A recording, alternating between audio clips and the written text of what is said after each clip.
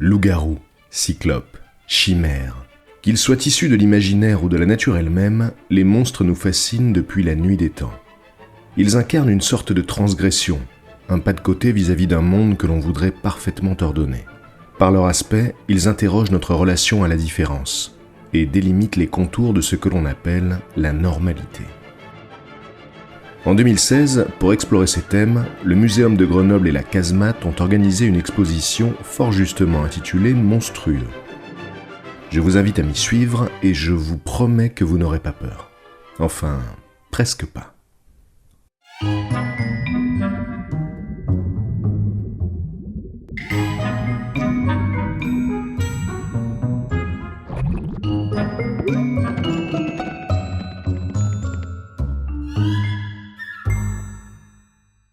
Notre premier lien avec les monstres se fait dès l'enfance, lorsque nous vérifions qu'aucun croque-mitaine ne se cache sous notre lit ou dans notre placard.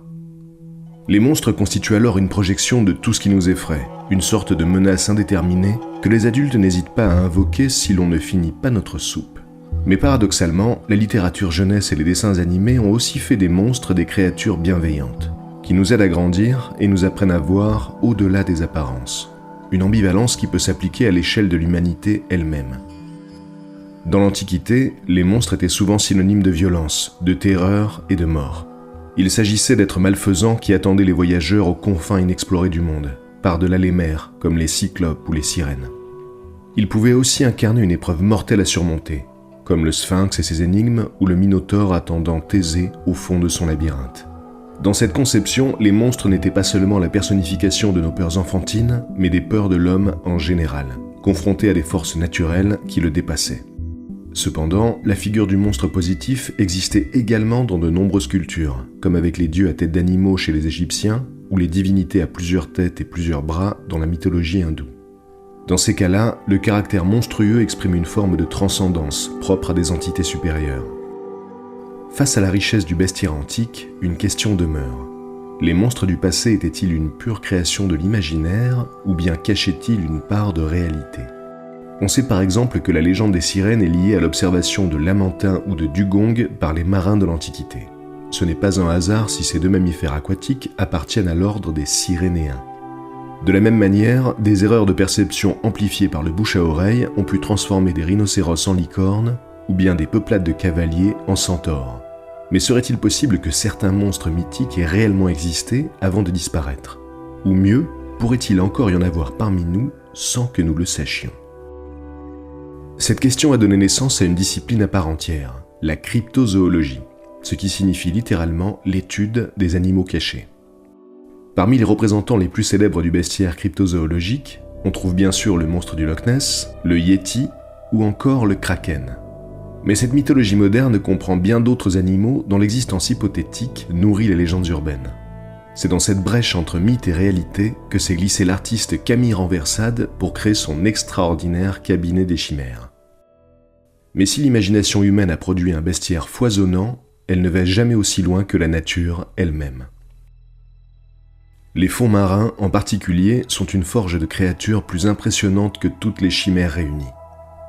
Prenez par exemple la baudroie abyssale, ou le requin lutin, ou encore cet incroyable calmar à longs bras, filmé en 2007 dans le golfe du Mexique et dont les scientifiques ignorent encore presque tout. Avec de tels spécimens peuplant le monde réel, on se demande s'il est vraiment nécessaire d'en inventer d'autres. Mais pour aussi effrayants qu'ils soient, ces animaux restent conformes à leur espèce. Il ne s'agit pas de monstres au sens scientifique du terme, contrairement à ceux dont nous allons parler maintenant. À travers l'histoire, les monstres biologiques ont suscité autant de fascination et de crainte que leurs homologues imaginaires. Dans l'Antiquité, les anomalies congénitales étaient considérées comme des avertissements divins, des entorses aux règles naturelles qui ne pouvaient rien présager de bon. Et au Moyen-Âge, les enfants mal formés étaient forcément le fruit d'amour démoniaque. Il faut attendre le XVIIIe siècle pour qu'une véritable étude scientifique des monstres voie le jour. C'est la tératologie. À partir de ce moment, les superstitions vont progressivement laisser place à l'analyse. On comprend que les monstres sont le fruit d'incidents biologiques parfaitement naturels et que leurs difformités peuvent être classées en catégories.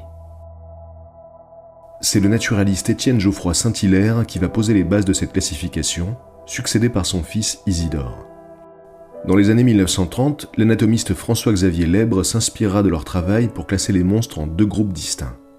Les monstres simples d'une part et les monstres composés de l'autre, formés par la fusion de plusieurs jumeaux.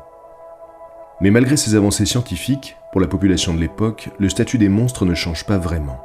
Ils restent ceux que l'on montre, comme le veut l'étymologie du terme.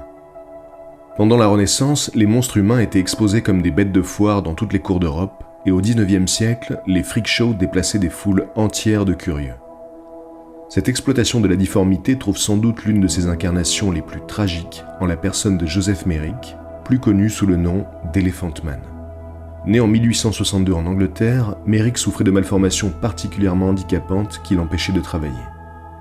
Pour gagner sa vie, il n'eut pas d'autre choix que de se produire comme phénomène de foire, malgré une finesse d'esprit et un sens artistique particulièrement développé.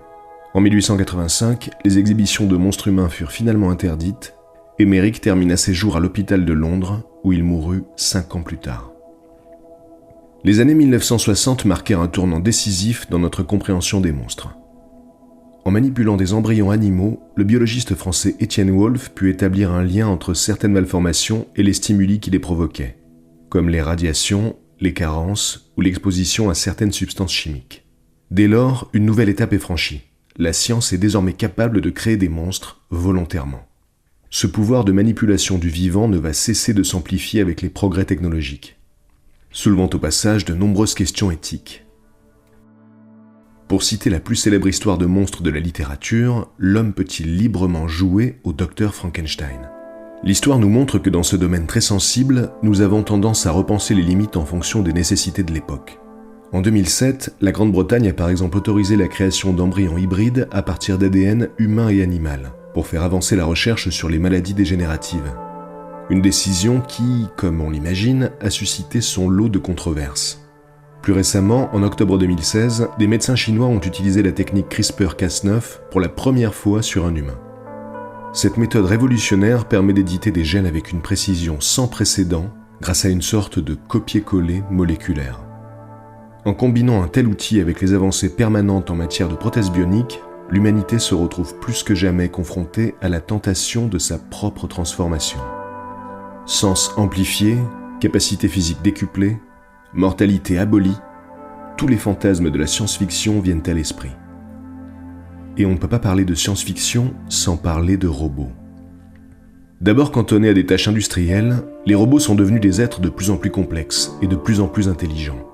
Ils se sont progressivement émancipés de leur fonction d'outils pour devenir de véritables compagnons à notre image.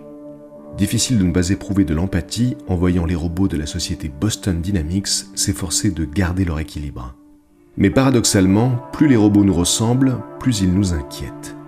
Nous voulons qu'ils soient humanoïdes pour pouvoir nous identifier à eux, mais si leur aspect devient trop réaliste, nous finissons par les trouver monstrueux. C'est par exemple le cas du Géminoïde du professeur Hiroshi Ishiguro. Ce robot a été conçu pour représenter son maître à distance. Et s'il fait froid dans le dos, c'est précisément parce qu'il lui ressemble trait pour trait. Ce sentiment de malaise, le roboticien Masashiro Mori l'a baptisé la vallée de l'étrange. Et dans cette ambivalence entre fascination et répulsion, on retrouve notre rapport au bon vieux monstre naturel. Tels les dieux de l'Antiquité, nous sommes à présent capables de créer nos propres chimères ainsi que des êtres à notre image.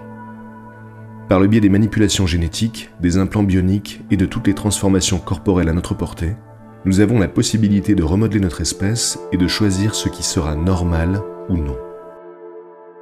Alors, face à cette perspective, une question essentielle vient à l'esprit. Si demain la norme est d'avoir 4 bras, 3 yeux ou 2 têtes, à quoi ressemblera le monstre du placard ?